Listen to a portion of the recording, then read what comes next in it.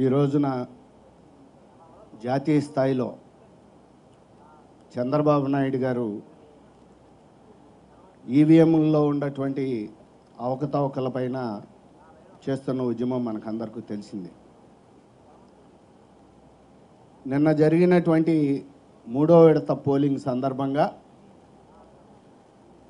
మరి అఖిలేష్ యాదవ్ గారు కానీ, శరద్ పవార్ గారు కానీ, ఇంకా ముఖ్యమైన జాతీయ నాయకులు కూడా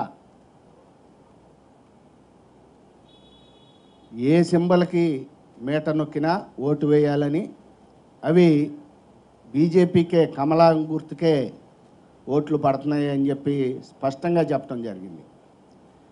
ఇదే విషయం చంద్రబాబు నాయుడు గారు చెప్తే మీరు ఎగతాళి చేశారు, అపహాస్యాలు ఆడారు.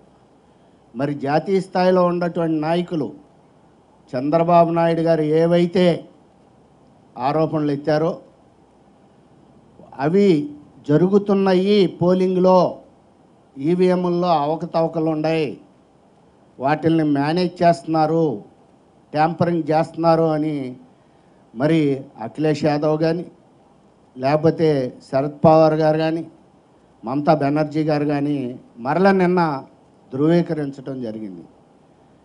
దీన్ని బట్టి అయినా ఈవీఎంల పైన వాళ్ళ వైఖరి మార్చుకోవాలి.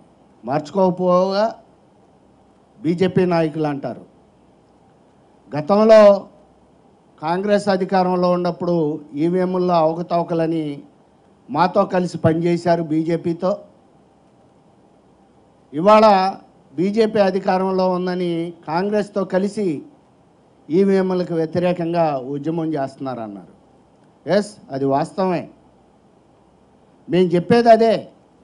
అధికారంలో ఎవళ్ళుంటే, గతంలో కాంగ్రెస్ అధికారంలో ఉన్నప్పుడు కాంగ్రెస్ తన అధికారాన్ని ఉపయోగించి ఈవీఎంల్లో ట్యాంపరింగ్ చేసింది, అవకతవకలు చేసింది. అందుకనే ఆ రోజున బీజేపీతో కలిసి మేము ఉద్యమం చేశాం. అందుకనే జీవీఎల్ నరసింహారావు కూడా దానిపైన return to democracy with EVMs అని చెప్పి బుక్ రాశాడు. దానికి అద్వానీ గారు ముందు మాట రాశారు, చంద్రబాబు నాయుడు గారు కోట్ చేశారు అడుగు అడుగున.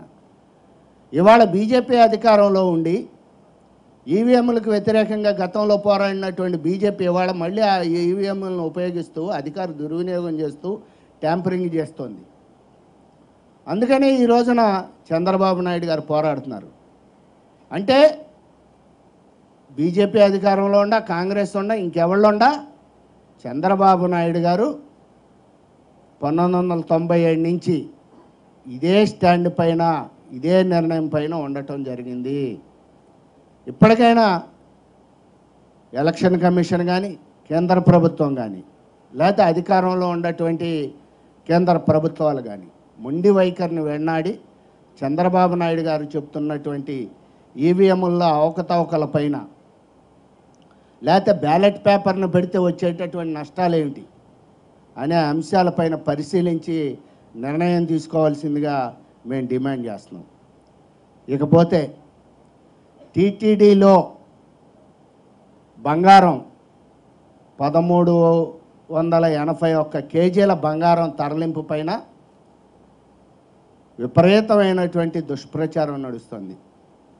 నిన్న సిఎస్ గారు వేసినటువంటి ప్రభుత్వ ప్రత్యేక ప్రధాన కార్యదర్శి మన్మోహన్ సింగ్ గారు కూడా నివేదిక ఇచ్చారు. సిఎస్ గారు కూడా మాట్లాడుతూ ఆ బంగారం తరలింపులో అవకతవకలు జరిగినాయి, టీటీడీ జాగ్రత్తలు తీసుకోలేదు అని, అందులో ఏదో కుట్ర ఉండట్టు వైఎస్ఆర్ పార్టీ విజయసాయి రెడ్డి చేసిన ఆరోపణలకి మద్దతు చేకూర్చే విధంగా, అనుమానాలు రేకెత్తే విధంగా మాట్లాడుతూ ఆ నివేదికని కోట్ చేయటం అంటే ఇది చాలా అత్యంత దారుణం. ఈ సందర్భంగా నేను ఒక విషయం తెలియజేయదలుచుకున్నాను.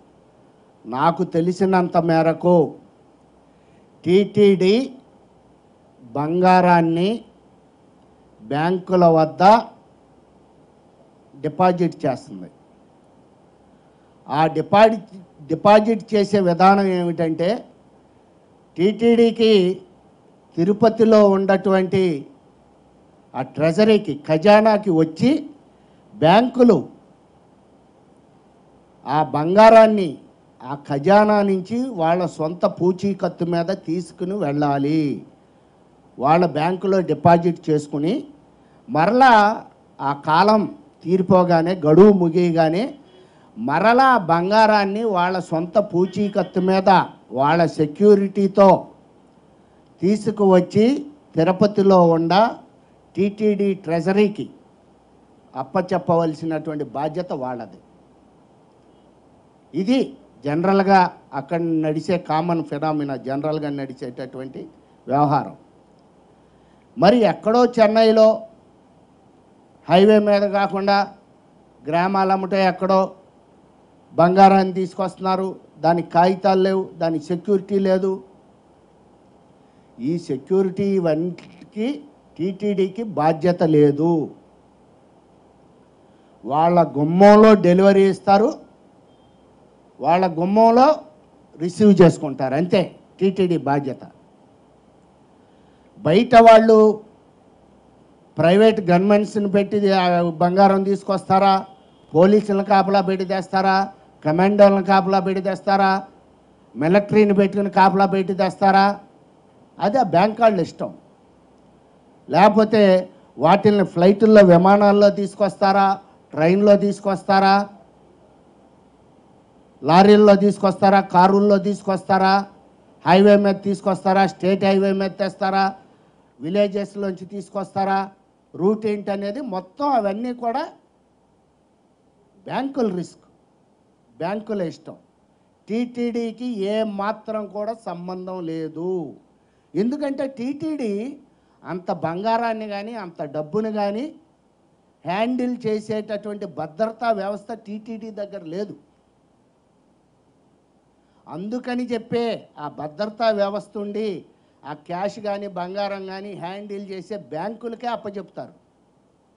అలా టోటల్గా ఆ బంగారం కానీ డబ్బులు కానీ హ్యాండిల్ చేయటానికి, అంటే వీళ్ళ టీటీడీ ఖజానా గుమ్మంగా నుంచి తీసుకువెళ్ళి వాళ్ళ బ్యాంకులో వేసుకుంటానికి ఈ హ్యాండ్లింగ్ ఛార్జెస్ కింద 1.5 కమిషన్ ఇస్తారు ఆ టోటల్ వాల్యూ పైన. ఆ కమిషన్ ఇచ్చేది అందుకనే. టీటీడీ ఇప్పుడు ఈ గుమ్మం ఉంది, ఈ గుమ్మం కాడ డెలివరీ ఇస్తుంది. ఈ గుమ్మం దాటి 10 అడుగుల తర్వాత ఏం జరిగినా టీటీడీకి బాధ్యత లేదు, అది ఆ బ్యాంకుదే బాధ్యత. టీటీడీకి తీసుకొచ్చి ఆ బ్యాంకు వాళ్ళు అప్పచెప్పాల్సిందే. ఇంత స్పష్టంగా రూల్సు అక్కడ నిబంధనలు ఉంటే టీటీడీని ఎలా నిందిస్తారు? ఈ విషయంలో తప్పులు ఏమన్నా ఉంటే అది పంజాబ్ నేషనల్ బ్యాంక్ చేసినట్టే. పంజాబ్ నేషనల్ బ్యాంక్ చేసింది అంటే అది కేంద్ర ప్రభుత్వ సంస్థ కాబట్టి కేంద్ర ప్రభుత్వం యొక్క బాధ్యత. కేంద్ర ప్రభుత్వం బాధ్యత అంటే ప్రధానమంత్రి మోడీ గారి బాధ్యత. అందుట్లో పంజాబ్ నేషనల్ బ్యాంక్ ఇదేం కొత్త కాదు. నీరవ్ మోడీ లాంటి ఆర్థిక నేరస్తులకి వేల కోట్లు డబ్బులు ఇచ్చి వాళ్ళు పారిపోయేదాకా చూస్తూ కూర్చుంది. ఇంకా అనేక మంది మోడీలకు కూడా ఇచ్చారు. కనుక ఈ కుట్ర కోణం ఏమన్నా ఉంటే, జరగబోయి ఉంటే, జరిగి ఉండాల్సి ఉంటే అది పూర్తిగా కేంద్ర ప్రభుత్వానికే సంబంధించింది. దీనిపైన కేంద్ర ప్రభుత్వం, ప్రధానమంత్రి మోడీ గారు జవాబు చెప్పాలి. విజయసాయి రెడ్డి గారు కానీ, సాక్షి పేపర్ కానీ, సాక్షి టీవీ కానీ, వైఎస్ఆర్ పార్టీ కానీ ఎవరు ప్రశ్నించినా ఈ అంశంలో కేంద్ర ప్రభుత్వాన్నే ప్రశ్నించాలి. చివరికి మన రాష్ట్ర చీఫ్ సెక్రటరీ ఎల్వి సుబ్రహ్మణ్యం గారు కూడా కేంద్ర ప్రభుత్వ వైఫల్యం పైన, పంజాబ్ నేషనల్ బ్యాంక్ వైఫల్యం పైన ప్రశ్నించాలా. పంజాబ్ నేషనల్ బ్యాంక్ వాళ్ళు చెప్తున్నారు, మీకేంటి ఆయన నొప్పి, మేము ఎలా తీసుకొస్తే ఏమైంది, ఏం జరిగితే ఏమైంది, మాకు ఇన్సూరెన్స్ ఉంది, దానిపైన 5 కోట్ల రూపాయలు ఇన్సూరెన్స్ కట్టామంటున్నారు. కనుక ఈ విషయంలో ఏమన్నా అనుమానిస్తే పంజాబ్ నేషనల్ బ్యాంక్ని, కేంద్ర ప్రభుత్వాన్ని అనుమానించాలి. టీటీడీని అనుమానించడం ఏంటి? ఇది కావాలని చెప్పి టీటీడీ మీద బురద చల్లటం కాదా? ఇండైరెక్ట్గా తెలుగుదేశం ప్రభుత్వం పైన దాడి చేయటం కాదా? ఆ బంగారాన్ని ఎవళ్ళో ఎక్కడో నేనో మీరో ఎవళ్ళో తీసుకువెళ్ళిపోతున్నట్టు లేనిపోయిన అనుమానాలు సృష్టించడం కాదా? అసలు నేను ఈ రోజున ప్రశ్నిస్తున్నా, ఇంత స్పష్టంగా విషయం ఉంటే దీనిపైన టీటీడీ ఈఓ సింగాల్ గారు కానీ జేఈఓ రాజు గారు కానీ బయటికి వచ్చి ఎందుకు ప్రకటించడం లేదు ఈ అంశాలని? బంగారాన్ని ఎలా తీసుకొస్తున్నారు, సెక్యూరిటీ ఉందా లేదా, కాగితాలు ఉన్నాయా లేవా, ఇవన్నీ మా బాధ్యత కాదు, మా గుమ్మం కాడ మేము చెప్పినటువంటి బంగారం మాకు అప్పచెప్పాలి అని స్పష్టంగా ఈవో గారు ఎందుకు ప్రకటించట్లా? ఆయన దేనికి భయపడుతున్నాడు, దేనికి లొంగుతున్నాడు, ఏ ఒత్తిళ్లకు లోనవుతున్నాడు ఆయన? టీటీడీ తప్పు లేదు ఈ అంశంలో, వేసమెత్తు మాత్రం కూడా పొరపాటు చేయలేదు అనే అంశం స్పష్టంగా ఉంటే వాళ్ళు ఎందుకు మాట్లాడడం లేదు? ఈవో గారు ఎప్పటికైనా బయటికి రావాలి, స్పష్టంగా విలేకరుల సమావేశం పెట్టి అసలు ఏం జరిగింది స్పష్టంగా ఆయన ప్రకటించాలి. అసలు నేను చెప్పిన దాంట్లో వాస్తవం ఉందా లేదా, ఇప్పుడు నేను చెప్పింది వాస్తవా కాదా అనే విషయం కూడా ఈవో గారు చెప్పాలి. అంతేగాని ఆయన నిశ్శబ్దంగా ఉంటే ఎవళ్ళకాళ్ళు విజయసాయి రెడ్డి కాడి నుంచి ఇంకోళ్ళు విజయేంద్ర సరస్వతి వరకు ఒక్కొక్కళ్ళు ఒక్కో రకంగా కథనాలు వినిపించుకుంటూ ఉంటారు. మౌనం అర్ధాంగీకారం అవుద్ది. అంటే టీటీడీ ఈఓ జేఈఓలు అధికారులు మౌనంగా ఉంటే అది అంగీకరించినట్టు అవుద్ది, అది ఆమోదించినట్టు అవుద్ది, వాళ్ళు తప్పు చేసినట్లు అవుద్ది. మరి నా నాలెడ్జ్ మేరకు నేను చెప్పిన మేరకు వాళ్ళకి తప్పు లేదు. తప్పు లేనప్పుడు ధైర్యంగా వచ్చి చెప్పండి. చీఫ్ సెక్రటరీ సుబ్రహ్మణ్యం గారికి భయపడిన అవసరంలా, ఇంకోళ్ళు అవసరంలా. ఇవాళ చీఫ్ సెక్రటరీ సుబ్రహ్మణ్యం గారి కాడి నుంచి, సాక్షి పేపర్ కాడి నుంచి, వైఎస్ఆర్ పార్టీ కాడి నుంచి ప్రతి ఒక్కళ్ళు టీటీడీ అధికారుల పైన, యంత్రాంగం పైన నిందలు వేస్తున్నారు, దొంగతనం మీకు అంటగడుతున్నారు, నేరం మీకు అంటగడుతున్నారు. దేవుడి సొమ్ము పైన ఇలా రాజకీయాలు ఆడడం చాలా పాపం. కనుక ఎప్పటికైనా టీటీడీ ఈఓ గారు బహిరంగంగా బయటకు వచ్చి వాస్తవాలు, అసలు నేను చెప్పింది నిజమా కాదా చెప్పమానండి. ఎవరికి భయపడిన అవసరంలా. సిఎస్ గారికి, ఎల్వి సుబ్రహ్మణ్యం గారికి తెలవదా? గతంలో ఆయన కూడా టీటీడీ ఈఓ చేశారుగా. ఈ రూల్స్ రెగ్యులేషన్స్ తెలవా? టీటీడీని, టీటీడీ అధికారుల్ని బలిపశువులను చేసేటట్టు, వైఎస్ఆర్ పార్టీ విజయసాయి రెడ్డి చేసే ఆరోపణలకు బలం చేకూర్చేటట్టు, మమ్మల్ని ఇంకోళ్ళని ఎవరినో అనుమానంగా చూసేటట్టు ఎందుకు వ్యవహరిస్తున్నారు? మేము ఒకటే చెప్తున్నాం వైఎస్ఆర్ పార్టీ వాళ్ళకి, వెంకటేశ్వర స్వామి చాలా పవర్ఫుల్ దేవుడు. ఆయనతో గేమ్స్ ఆడపకండి, ఫినిష్ అయిపోతారు. వెంకటేశ్వర స్వామి 7 కొండలు కాదు 2 కొండలు అయినాయి అని ఇలాగే వైఎస్ రాజశేఖర్ రెడ్డి గారు జీవో తీసుకొచ్చాడు. ఆ రోజే అసెంబ్లీలో చెప్పాడు మా నాయకుడు చంద్రబాబు నాయుడు గారు, వెంకటేశ్వర స్వామి చాలా పవర్ఫుల్, ఆయనతో గేమ్స్ ఆడితే ఫినిష్ అయిపోతారని. అదే జరిగింది చివరికి. ఈ రకంగా వెంకటేశ్వర స్వామిని, ఆయన బంగారాన్ని, ఆయన ఆస్తులను అడ్డు పెట్టుకుని ఎవరి మీదో దుమ్మెత్తి పోద్దామని ఎత్తి చూస్తే అది మీకే తిప్పి కొట్టుద్ది. ఆ దేవుడు ఖచ్చితంగా మిమ్మల్ని శిక్షిస్తాడు అని చెప్పి స్పష్టంగా మేము తెలియజేస్తూ, ఈ విషయంలో ప్రభుత్వ అధికారులు బలిపశువులు కావద్దు, వాస్తవాలు ఏమిటనేది ప్రజల ముందుకు వచ్చి స్పష్టంగా చెప్పవలసిందిగా మేము డిమాండ్ చేస్తున్నాం. ఇకపోతే పేపర్లో వచ్చింది ఇవాళ, ఎల్వి సుబ్రహ్మణ్యం గారు అన్నట్లుగా చంద్రబాబు నాయుడు గారు ముఖ్యమంత్రే, కానీ పవర్స్ లేని ముఖ్యమంత్రి, ఆయన రివ్యూలు చేయకూడదు. లేకపోతే నిన్న కొంతమంది పేపర్ వాళ్ళతో మాట్లాడుతూ ఆయన కూడా చెప్పారు రివ్యూలు చేసే అధికారం లేదు అని. దానిపైన మేము అడుగుతున్నాం, ఈసీ ఎలక్షన్ కోడ్ అందరికీ ఒక రకంగానే ఉంటుందిగా, దేశం మొత్తం అన్ని రాష్ట్రాల ముఖ్యమంత్రులకి ఒకటేగా, కేంద్ర ప్రభుత్వం ప్రధానమంత్రి గారికి కూడా ఒకటేగా. మరి ప్రధానమంత్రి గారు ఎందుకు రివ్యూలు చేస్తున్నాడు అని ప్రధానమంత్రి గారు ఆయనకి ఏమైనా ప్రత్యేకమైన అధికారాలు మీరు ఇచ్చారా?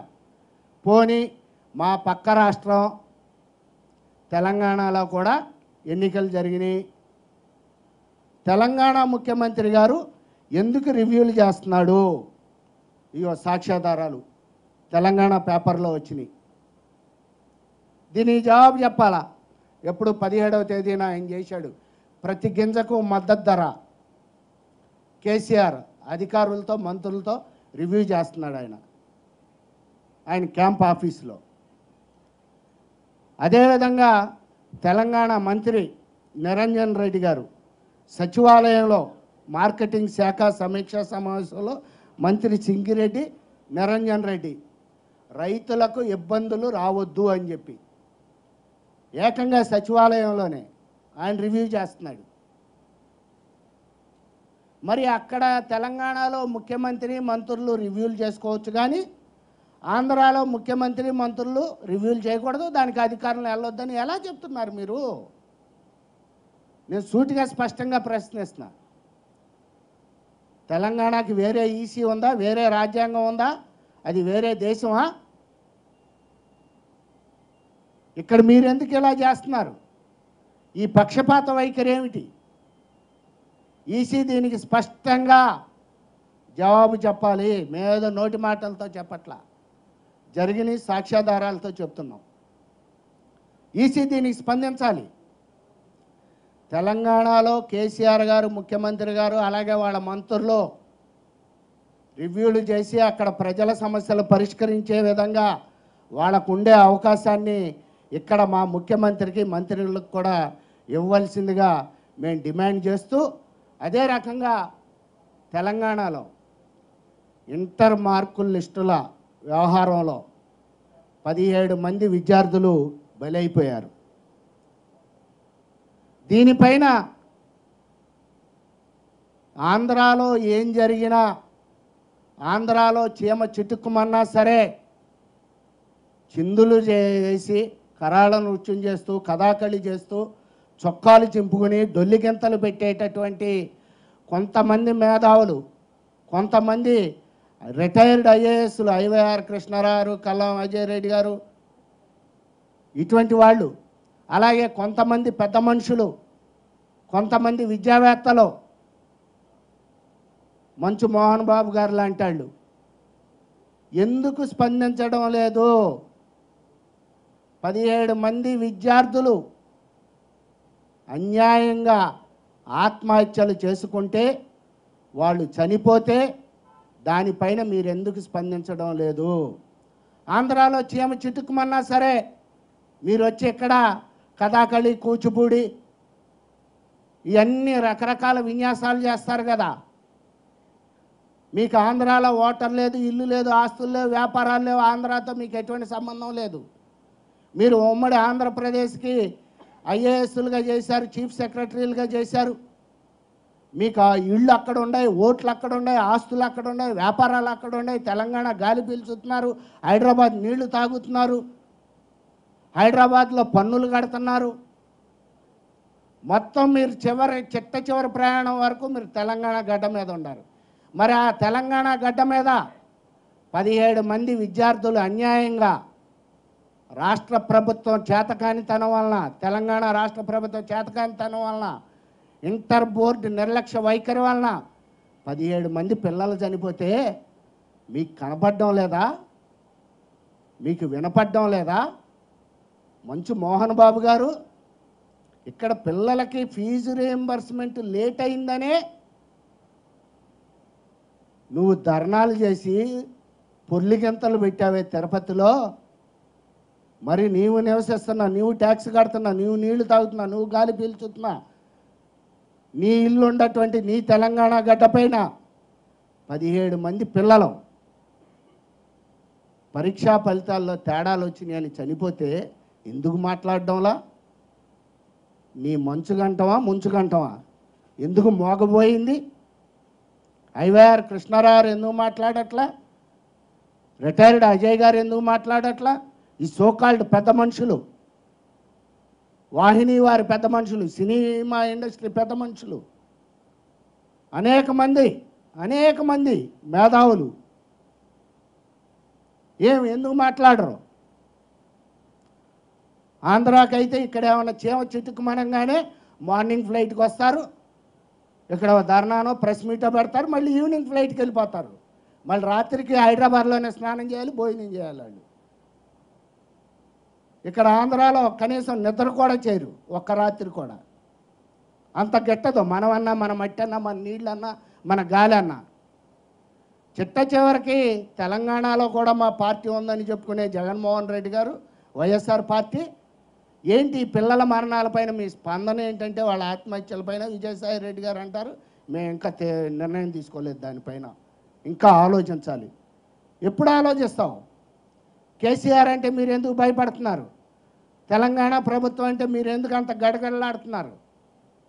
దీనికి జవాబు చెప్పాలి. ఆంధ్ర అంటే ఎందుకు ఉరుకులు పరుకుల మీద వచ్చేస్తున్నారు? మేము తేలిగ్గా కనబడుతున్నామా? మేము మెత్తగా ఉన్నామనా? మా చంద్రబాబు నాయుడు గారు మంచోడైనా? ఆయన ఏం అండనా? కక్ష సాధింపు చేయడైనా?